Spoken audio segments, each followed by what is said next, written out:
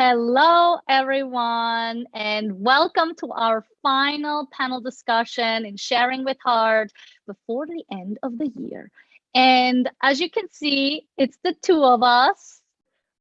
It's the two of us. And well, some things just happen sometimes, and you can't be here. One is in traffic, which makes it a little tougher to show up, and one is taking care of kids, which is a very significant thing. And especially around the holidays, things are all being thrown around in different shapes and forms. And so here we are. So thank you, Antje, for joining me today on our last one in 2021.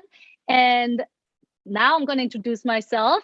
My name is Raditya Lazary. I'm from Mindful Being, and I'm creating these panel discussions to showcase how open conversation will lead you to more thoughts, but positive thoughts and new ways of thinking. Because once we open up our hearts, our minds, and our thoughts and share them with one another, we actually are able to hear someone else's side and then expand on this. And this is what we've really done in the past few months with all the people in this group. And I'm so excited to really dive into these difficult topics that we've had so far. And so we talked about motherhood in October, we talked about diseases in November, and this month we've been focusing on grief and loss because it is especially difficult for many that have lost people, but also who might be by themselves, maybe have gone through losses in different shapes and forms, and also that might not be with their families today and this holiday season. And so I've been thinking about our last topic because this was actually brought to us to Antje, because in our first session at the beginning of December, we all shared our different perspectives on how we have dealt with grief and loss because we lost someone or we moved into a different identity that we had to rediscover ourselves. And she mentioned how there are moments where she notices two opposing emotions showing up at the same time. And I found it so important that we discuss this theme because I'm sure you too, who is watching here right now, has experienced those.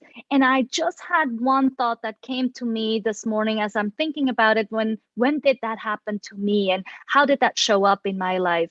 And I noticed that this time that we're in right now, that happened in the past 2 years with this virus roaming around, changing and adjusting and trying to get itself through all of us, is just changing our lives. And there were moments, and I remember in 2020 when we first got to see how life can change from one day to the next, like it or not, but it has, we just had to adjust. And there were some people that had a really difficult time to adjust, to really understand how am I going to move around time? How am I going to be okay being possibly alone at home and not having a connection to the outside world? And then there were others that used the tool of internet to really discover things that they would have not been able to discover because life was put on a hold. We were forced to stop. We were not able to do anything for a period of time. And for some countries, it was an ongoing thing. And for some, it still even is again and again.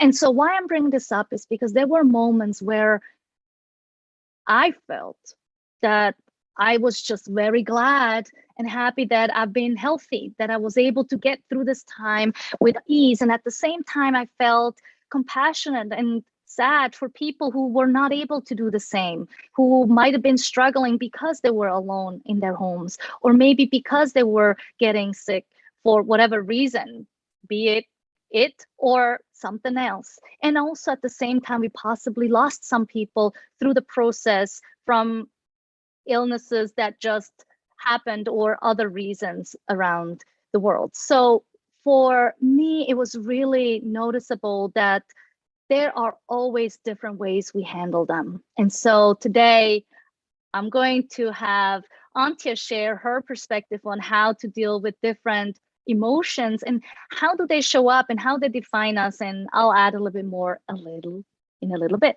So here we are. Welcome, Antje.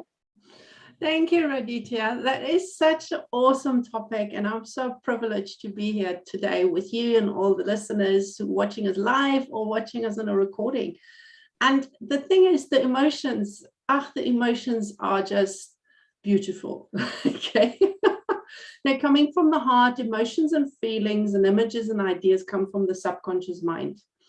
And I know that because this is one of my strong fields as a consciousness elevator. Part of what I do is hypnotherapy, and I'm looking things at a different perspective. And I'm always leading and helping people to unlock their potential and be truly themselves. So when we lose something or someone, we have emotions, right? It's a change. And probably most of our viewers and listeners, they have heard the phrase, the only constant thing is change. Now, what does that mean? What does that actually mean, right?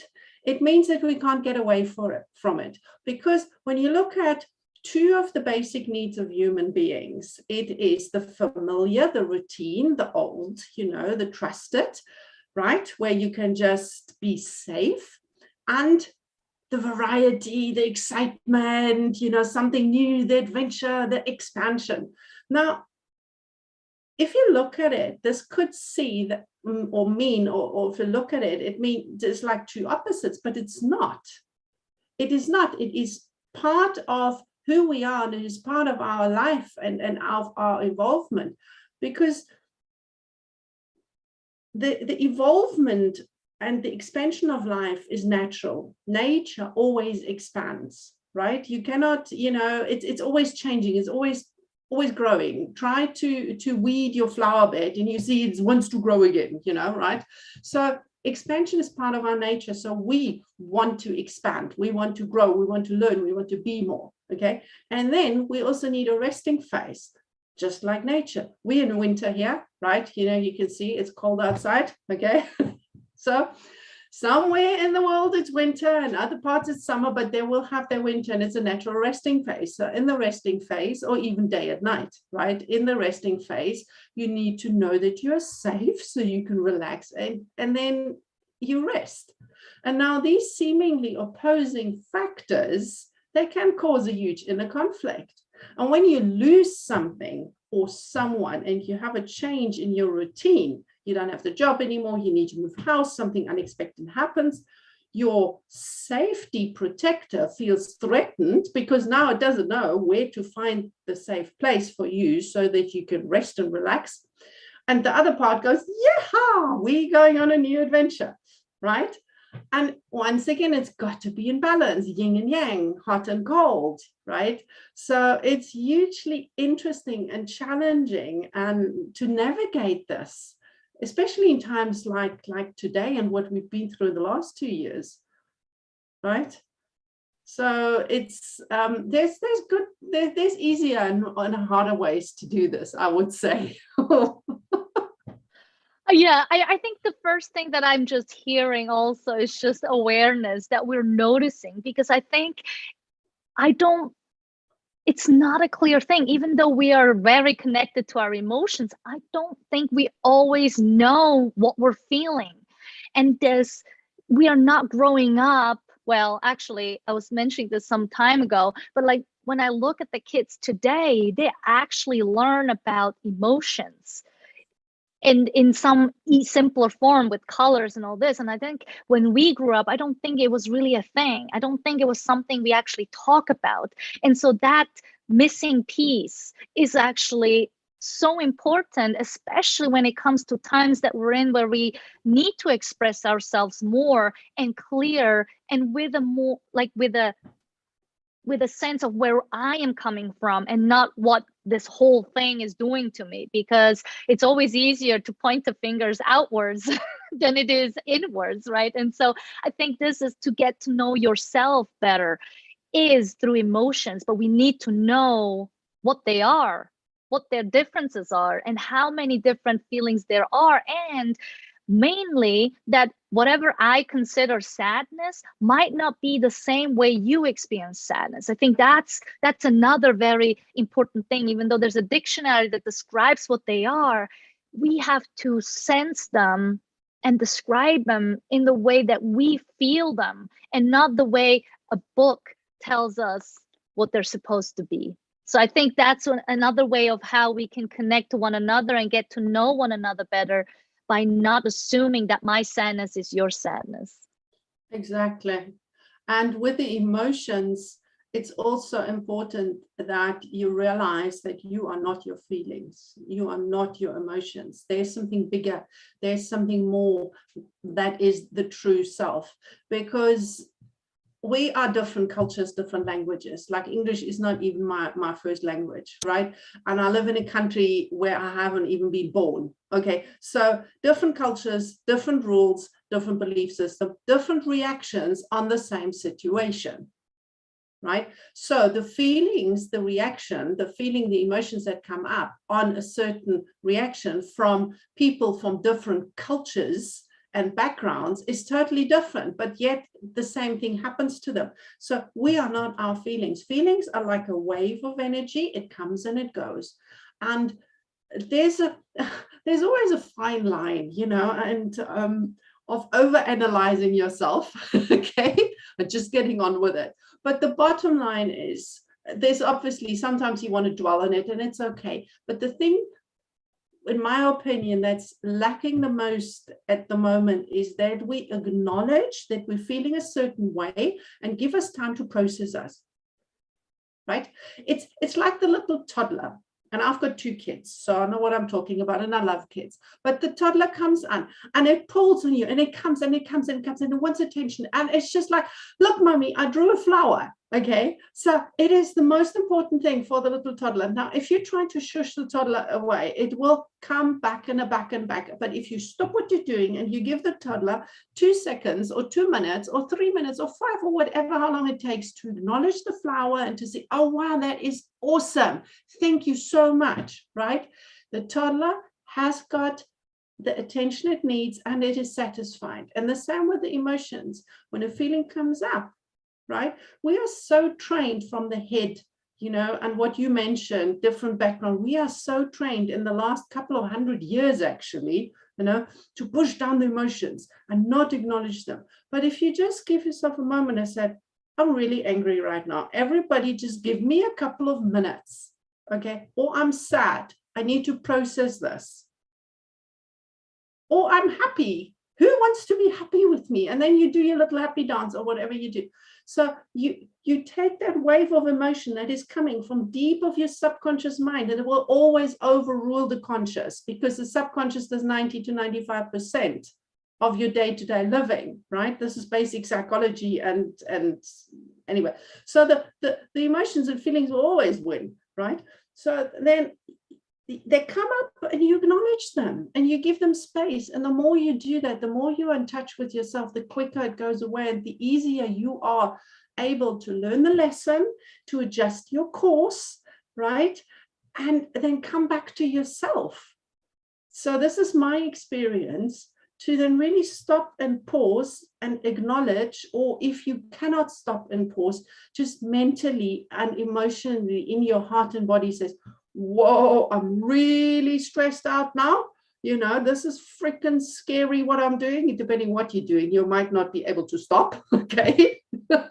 So, but then push through with the awareness, like you said, Raditya, you know, with the awareness that we are emotional beings, we have feelings. So why the heck do we want to pretend they're not there and we're all cool, level-headed? Nonsense. Enjoy them, embrace them, lift them out. Yeah, I think there is so much to say what you just said. I love the way you described it and, you know, really brought this attention. And yes, it takes time to be able to pause and like take these moments and acknowledge them. But it starts again with awareness and just realizing that you've been pushing them down for a very long time. And the thing with this, like dwelling on them, yes, I agree. Like sometimes you just gotta do with them, but you can't be attached to them. You should find a way, but there should be a way to just notice that it's not healthy for you, because the more we hold on to them, the more we, like, if we're dwelling, that's like a period of time, right? It passes away. But when we hold on to them, it almost creates this resistance in us that when next time something similar comes up and we still haven't found a way to communicate it, we will always point the fingers in the wrong directions. We always will find different reasons why we're feeling the way we're feeling. We'll never actually find out what it really is. And so it is also a way of thinking about attachment in a way, because sometimes we can love to be attached to our emotions, and that can make us then be felt like we are the emotions, when, like you just said, we are not. The same thing goes with we are not our thoughts, right? Like these are those things that come and go, and we should not feel like they are part of who we are and feel attached to them. Yeah, you're touching on the chemical addiction there from our thoughts and our habits. And for those who haven't heard that before, every thought has got a physical reaction, and an emotion in that regard, or feeling, is a thought. Let's put it like this. But bottom line is, when your feelings and thinking, you create physical reactions. So you have a chemical outpour of certain hormones and chemicals in your bloodstream. And if you continue the same habit in that regard, you become chemically addicted to your own thinking. And this is what it forms a habit. And this is why it is so hard sometimes to change the habit. And this is when you need to have the awareness. And also, when you said you should, I mean, obviously laugh, because we don't want to should on anyone, and not even on us. But I have a very good way. I have a very, very good, super simple, so profound exercise, how you can come to the root of your feelings and reactions. And once you come to the root, the awareness comes in, the knowledge comes in, and then you can decide how you want to change it. You can either do it by yourself, you can get a coach, you can speak to a friend, you can do whatever, you know. And that is the 7 layers question. And really, really, I encourage everyone to go through and push through 7 layers deep, because normally at about 4 to 5, you know, you get a break. But then when you then go another 2 to 3 levels deep, that is when you actually discover your root cause. Let's say, for example, you have a reaction, you have a resistance. You have a resistance phoning your mother-in-law. Okay, it's family time, it's Christmas. Okay, let's say you have a resistance to phoning your mother-in-law. Okay, this is, you can apply this to anyone. So you ask yourself the first level, okay, what is the resistance about? Why don't I want to phone her? You get an answer. A, okay, let's say, I don't like her. Okay, all right, why don't I like her? Second layer. She always makes me feel inferior. Okay, number 1, you're blaming somebody else. Great. Okay, so now you would ask, what about the feeling inferior? What about it? How does it apply to me? Right? Well, I don't think I'm good enough. Okay, what is the reason? How come do I not feel good enough?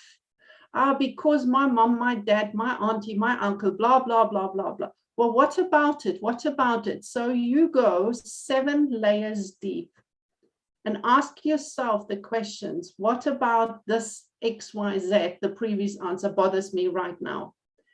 It is a profound, simple, yet effective exercise to discover the root cause. And once you know, or come close to the root, and once you have the awareness, embrace it, take it on for yourself. It's your lesson. You don't have to share it with anybody if you don't want to, but at least look at it. And I said, okay, I actually don't like to phone my mother-in-law because I feel I'm not good enough, because I would love to do so much more, but I don't, because I don't have the means, and I feel bad about not having the means. I'm making this up now, right? Okay, so now it's not about your mother-in-law, it's about you not living your truth and not having the means and not doing what you should do or could do or want to do. So work on yourself, right? Come in peace, forgive yourself, embrace yourself, love yourself, right? Make a change. And then look at it, breathe it out, let it all go, and phone your mother-in-law. You might actually start a fantastic relationship, because it's not about the mother-in-law, it's not about the job, it's not about the others, it's always about ourselves. Yes, And I always, when this comes up this way, I always say that you're actually by yourself. There is nobody else existing in this world.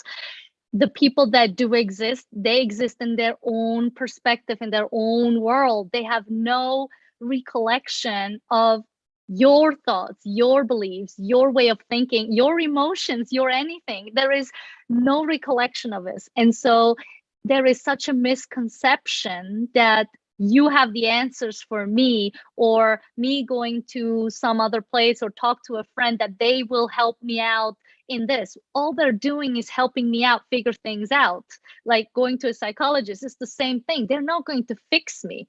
The doctor hopefully will be able to give me something that will help me to resolve this illness that I'm having. Yet it's up to me to make certain choices and adjustments that will support the support that I'm receiving. Meaning it's all in my hands. It's all up to me what I can bring and what choices that I make and how I show up into the world. And that's, again, bringing it together to the emotions that we're having. Even if these are opposing emotions, they are showing up right now, and all they need, all these emotions want from us is attention, is a care that we talked about last week in the self-care and compassion, is to really just look at ourselves, look in the mirror, and just tell yourself that you are great. You're just the way it's supposed to be. And if there's something you need to do different, you know what you need to do. And be it talking to a friend, a coach, or whatever the other suggestions we've had so far, it really is up to you to make a choice that is supporting you, not to get rid of the problem and have someone else solve it for you. Because I think sometimes we just take something in the hopes it just goes away, but it will always come back in one shape or form, and probably different that we saw it for the first time. And that is the beautiful aspect also of letting go of attachments, because things are changing, right? You are not wearing the same clothes you were wearing when you were 22 years old. Okay, well, if you're 23 now, then you might. Okay, but if you're 40, you know, you might not fit in those again, or you've outgrown them, you'd outlived them. And that's okay to let go of attachments and let go and embrace the change in a space and in a pace which is good for you. And for that, you've got to listen to yourself. And in all these kind of emotions and feelings, there's always guidance in there. There's always wonderful, wonderful lessons to learn. Number one, you know, where's my triggers? Where do I have a limited belief system? Because it's not about the mother-in-law, clearly, right? Okay, why does it bother me? Okay, because I believe personally abundance and joy and harmony is our birthright. So if we get really ticked off about something, it's got nothing to do with them. It's got something to do with us. Okay, because if we would be perfectly balanced, we could just say, thank you for that, but I'm not taking your anger and I choose not to be around with you. Boundaries, setting up boundaries, right? It's got nothing to do with the other people. It's got to do with us allowing them, right? It next topic, you know, but the bottom line is, in the emotions, in the triggers, good or bad, is our lessons. And this is how we guide it, how we get guided. When is it time to let go? You know when a relationship is over and it's time for a new partner. You just know it. And that knowing, that intuition, that knowing is different from an emotion and a feeling. And if we're all honest, we know the difference, because the emotions and the feeling go, yep, yep, yep, yep, yep. They just don't shut up. Okay? They just don't shut up in our head. And then knowing, it's just boom. And this is how it's for me. It's just this quiet, you know, it's just, that's the way it is. And the inside of me goes, yep. So what am I going to do about it? Right? And that's a beautiful thing, because we have to adjust. After the winter comes the spring, after the sadness comes the happiness, after the night, after the winter solstice, the days are getting longer, yay, you know, and all of that. And it's the only constant thing is change. Yeah, That's right. We're coming back to the beginning. And it's exactly what we also ended up last week, what we're talking about, which actually is a funny thing. So there's two things I think is funny, because one is like, my husband kept the sweater that I wanted to give away many, many years ago. And he found it the other day and he brought it out. It was a sweater that I got when I was like 16 years old. I do still fit because I used to wear baggy clothes. So talking about a funny story, right? What you were saying is like, well, it was actually funny to find that sweater and realizing that the image that was on there wasn't what I thought it was in the first place, like 30 years ago. But now I'm like looking at it and I'm like, oh, that's what it was. So that's one thing. The other thing about the emotions, like the going up and down, we were ending our conversation last week, connecting it to today about, you're having a good day and then tomorrow you could be having a bad day and then it just can switch. Like all of a sudden you had a great day. And I was saying how within a day it can even switch, which actually happened last Wednesday. It was an amazing day to me. Everything was great. And it turned sour in the afternoon. I had a headache beyond belief, that I like, probably a migraine. I noticed that there was some crazy weather. All of a sudden was like rain that was probably supposed to be snow if it was actually winter. And like all of a sudden I was there curled up. I was like, what just happened? And I reminded myself of the conversation we'd had, right? And it really is that way. It's not to be upset about the things not going well when they were just great, because you just have to remember at some point it will be great again. And sometimes we even experience them in the same moment. And it is all about just accepting what is, acknowledging, awareness, accepting. There's like 3 A's that we can like bring in right here, and to really understand that it's in our power to take these actions that we need. And if we quiet down, if we give ourselves patience, then it will happen how it's supposed to happen, because nature doesn't hurry. That's one of the quote I brought last week. And it was really, it's still, this whole time has been there for me. And I wanted to actually share one thing I read this morning. It says, the human mind can create conflict. It can also create peace. To find peace in the world, we must find peace in ourselves. Yes.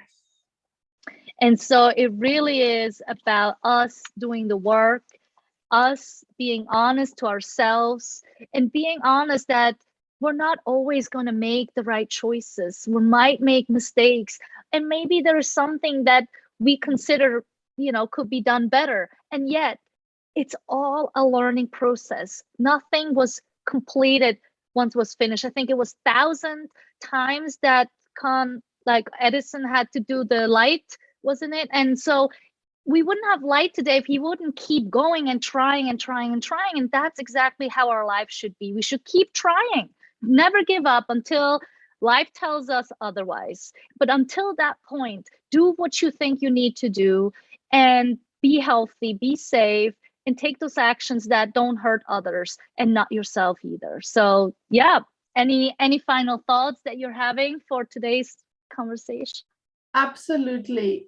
Because on that note, if we want to adjust and let go of an attachment, I think right now, this time of the year and coming to the end of this conversation, I suggest that we get rid and let go, with lots of love and blessings, the attachment to the belief of doing it right and doing it wrong. I have lived in many different countries with different cultures, with different people, and what's right in the one place is wrong in the other one. And there are gazillion ways of achieving a goal, and there is a gazillion ways of getting it right. And getting it wrong or right is a judgment that comes from a narrow-minded perspective, because nature, life itself, wants to bring itself forth and manifest, right? So we can do it any way, any form or shape. And there is infinite ways of doing something. And the old saying goes, all roads lead to Rome. So let go with all attachments that you could possibly do something wrong, and just go for it. Stay focused on what you want to achieve, ideally it's your heart's desire, and then keep on learning, learning, learning. Ask yourself, what can I learn from this? How can this get any better? And you will achieve it. And you will be a happier and more balanced and more energetic and more positive person because of it. Because the self-judgment just goes. Just imagine we can all get it right. Edison, he wasn't failing. He didn't get it wrong. He was getting it right in 1,001 ways. Yeah, I mean, this is true. It had worked, just not for the outcome he was looking for. So he just kept trying until it was what he wanted it to be. So yes, for sure. I mean, something had to go right every single time. Otherwise, he wouldn't have kept going. That is so true. That is very true. So yes, just to conclude, this was an experience that I really admire, talking about grief and loss, even though it is a very saddening beginning for many. When you get to this point, losing someone, losing yourself is not very comfortable. And yet life is not meant to be comfortable all the time. And so when we come to these moments, when we do experience these losses in our lives, to just be gentle to ourselves, to be caring for ourselves and the people around us, but first and foremost ourselves, to understand that we need care, that we need time, that we need the attention that we need for ourselves. Other people we might want other people's attention, but we will never feel complete and never feel seen and heard when we don't give it to ourselves. So the first person that we want to give attention to is ourselves, and really look into the mirror and say, thank you for being you. Thank you for showing up. And thank you that you are being open to look within yourself to make a difference in this world. So thank you everyone for watching, for sharing, and for this beautiful conversation with you, Antje. You brought so many beautiful insights to us, so much wisdom. And I thank everyone who couldn't make it today, Naomi and Diana. Thank you for being here, but also for all the other ones that have been here all throughout to make this happen with these beautiful panel discussion. And trust me when I say this is not the last time, because all these wonderful people that we've had on these panel discussions been here either on the Spiritpreneurship Summit this past years, and if they haven't, they will be. So next year, we'll have a Spiritpreneurship Summit again. And until then, there will be many panel discussions on its way to you with different topics around emotions, around behaviors, around how we're living our lives and how we were limiting ourselves in the midst of it. So thank you everyone for watching, and thank you, Antje, for being here with me today.